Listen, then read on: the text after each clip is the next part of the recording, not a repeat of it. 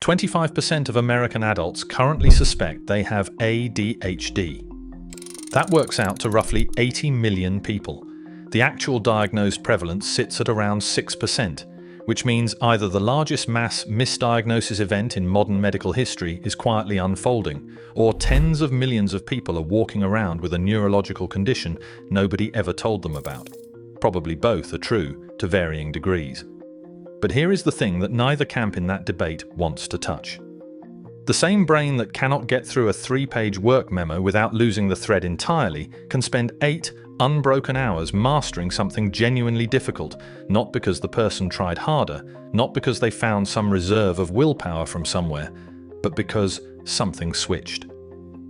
The mechanism that makes ADHD feel like a liability in a Tuesday afternoon meeting is the exact same mechanism that produces what researchers are now carefully, cautiously beginning to describe as a cognitive edge. Same broken switch. Same wiring, just pointed somewhere different, and that is not a metaphor. That is the neuroscience. So the question worth asking is not whether ADHD is a gift or a burden, because that framing is too simple and, honestly, a bit exhausting at this point. The real question is why the same brain can be catastrophically unable to function in one context and then perform at an almost startling level in another.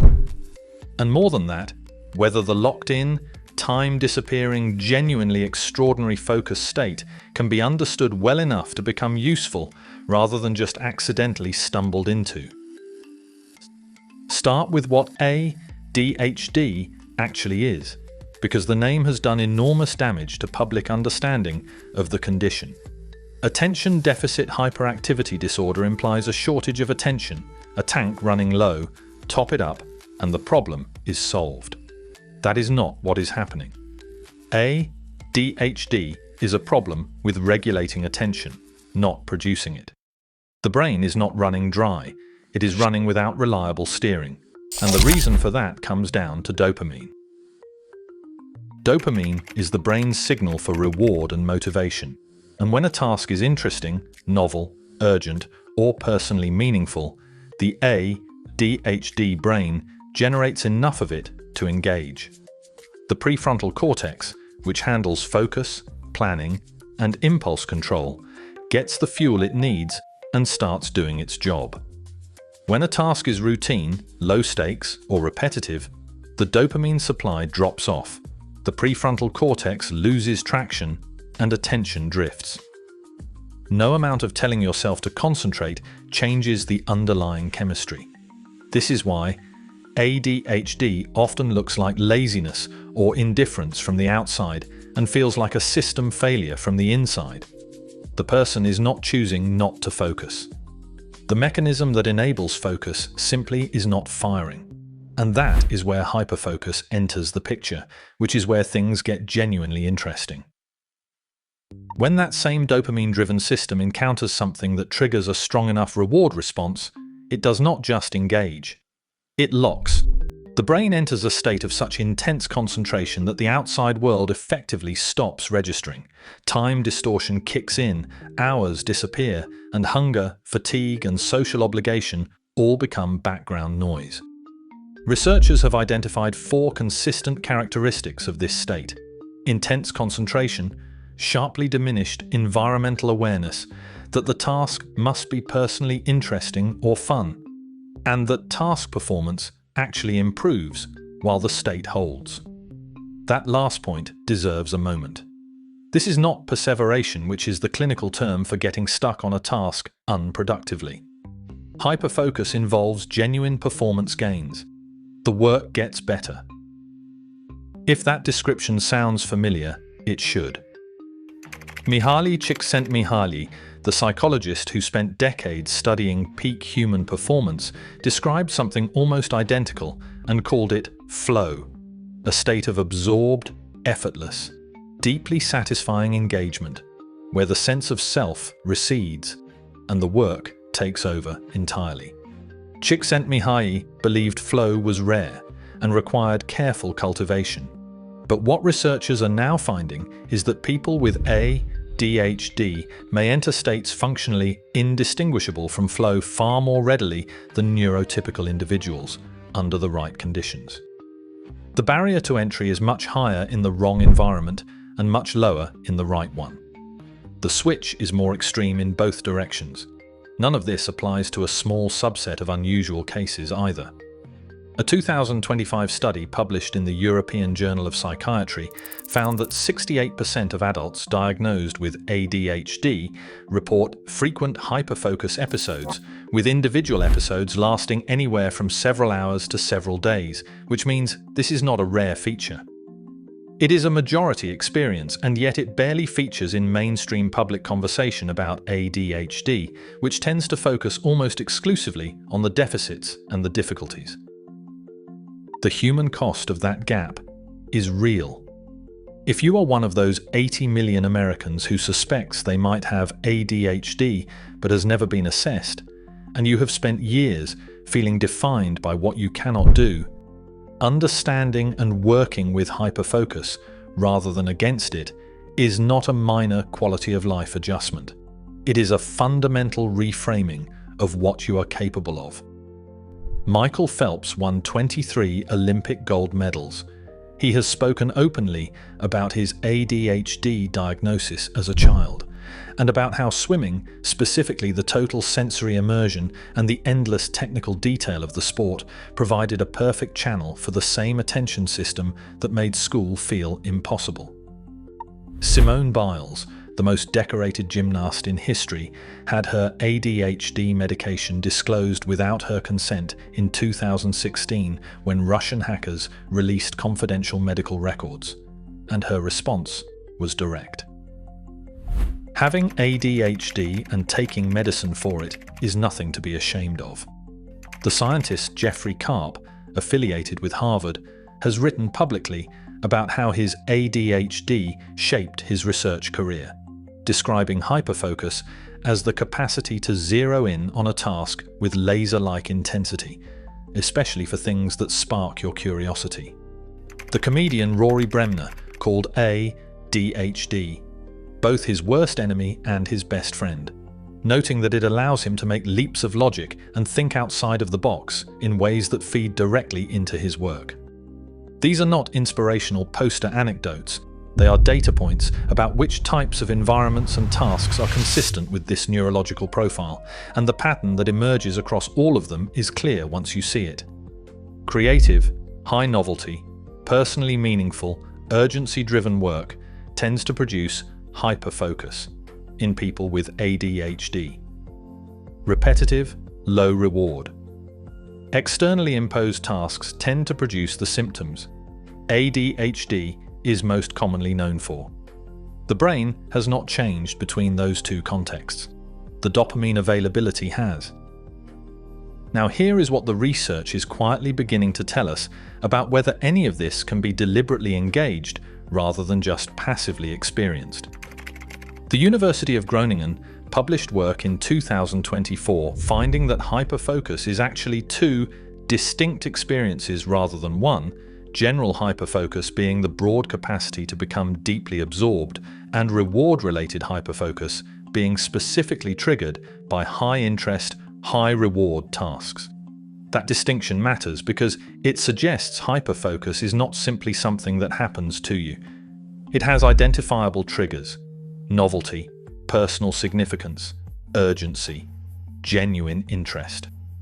If those triggers can be understood and to some degree built into a working environment, the state becomes more accessible and more predictable rather than something you accidentally fall into while researching the migratory habits of Arctic terns at 2 in the morning. Which brings us to the clinical picture, because the standard treatment response to ADHD is stimulant medication, and stimulant prescriptions in the United States increased by 30% between 2018 and 2022. That is a striking rate of growth, particularly given that true population prevalence does not appear to have changed over the same period, according to a 2024 to 2025 systematic review led by King's College London. More diagnoses, faster prescription rates, but not more ADHD in the population. The gap between those two trends raises questions about what exactly is being treated and under what pressures those treatment decisions are being made. The medication picture is also more layered than it tends to be presented. Stimulants can reduce hyperfocus in some people, not by sedating the brain, but by improving prefrontal regulation, which makes it easier to redirect attention away from absorbing, but ultimately unimportant tasks. Anyone who has spent 4 hours in a hyperfocus episode meticulously reorganizing a filing system that did not need reorganizing will understand why that counts as a feature rather than a flaw. Regulation in both directions. Less flooding when the task does not matter, more access when it does. None of this is an argument that ADHD is simply a superpower the world has not figured out how to use yet. That framing is just as reductive as calling it purely a deficit, and the cost data makes the scale of genuine difficulty impossible to dismiss. Research published in the Journal of Managed Care and Specialty Pharmacy, drawing on 2017 to 2018 claims data, placed the total excess cost of adult ADHD in the United States at just over $122 billion annually, with the largest share, around $67 billion, coming from unemployment and underemployment. That figure is not a statistical abstraction. Behind it are millions of people unable to sustain employment in environments that were not built for their neurological profile, and that is before accounting for the personal cost of years spent believing the problem was effort or character rather than chemistry. The gap between what adults with ADHD can do in the right context and what they can sustain in the wrong one is not narrow. It is exactly that gap which produces both the $122 billion cost figure and the stories about Olympic gold medals, and both outcomes come from the same underlying mechanism. The 2022 to 2023 CDC data adds another layer to this. 55.9% of all American adults with a current ADHD diagnosis receive that diagnosis in adulthood rather than childhood, which means the majority of people living with this condition spent their formative years without any framework for understanding what was happening to them. No explanation for why certain things felt impossible and others felt almost effortless. Just the assumption that the gap between the two was a personal failing. And what makes this moment different from any previous point in the conversation about ADHD is something that arrived quietly in August of 2024. For the first time, researchers published a validated, standardized tool for measuring hyperfocus itself, the Adult Hyperfocus Questionnaire, a 12-item instrument designed to quantify hyperfocus in adults with ADHD, published in scientific reports. Before this, hyperfocus was discussed clinically and reported anecdotally, but almost never measured with any rigor. The fact that it can now be measured means it can be studied properly. Treatment approaches can be evaluated against it.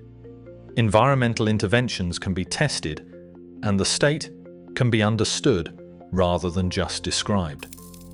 That is a meaningful shift, not because it solves anything immediately, but because you cannot improve what you cannot measure.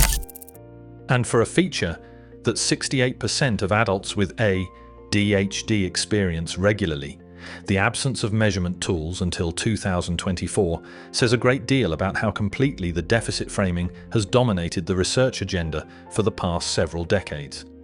If the gap between what ADHD is assumed to be and what it actually involves interests you, this channel covers exactly that territory. The next story in research is already taking shape. So back to where this started.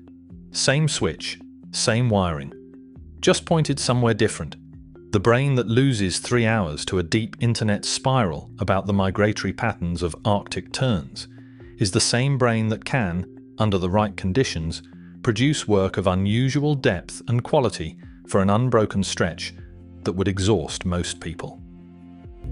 The neuroscience does not distinguish between those two outcomes. The dopamine system does not know or care whether the task is productive. It responds to interest, novelty, urgency, and personal meaning. And it responds hard. Noah Lyles, the Olympic sprinter, put it plainly in a 2023 interview. He said it was not until he got out of high school that he realized his ADHD is a strong gift that everybody actually wants, but does not realize they want. That framing will not apply to everyone, and it would be dishonest to suggest otherwise, because the condition carries real costs and real difficulties that no amount of reframing removes. But the version of ADHD that gets discussed most often, the one defined entirely by what it cannot do, is an incomplete picture. And incomplete pictures lead to incomplete responses. The most useful question for anyone navigating this condition, whether newly diagnosed, long diagnosed, or still just suspecting, is not how to fix the attention system. The attention system is not broken in the way the name implies. The more productive question is how to understand it well enough to point it somewhere worth going, and the research suggesting that hyperfocus has identifiable triggers, that it can be studied, measured, and to some degree cultivated, is the beginning of an answer to that question rather than the end of one. The switch does not care about your to-do list, but with enough understanding of how it actually works, you might find that occasionally, and more often than you expected, it starts caring about the same things you do.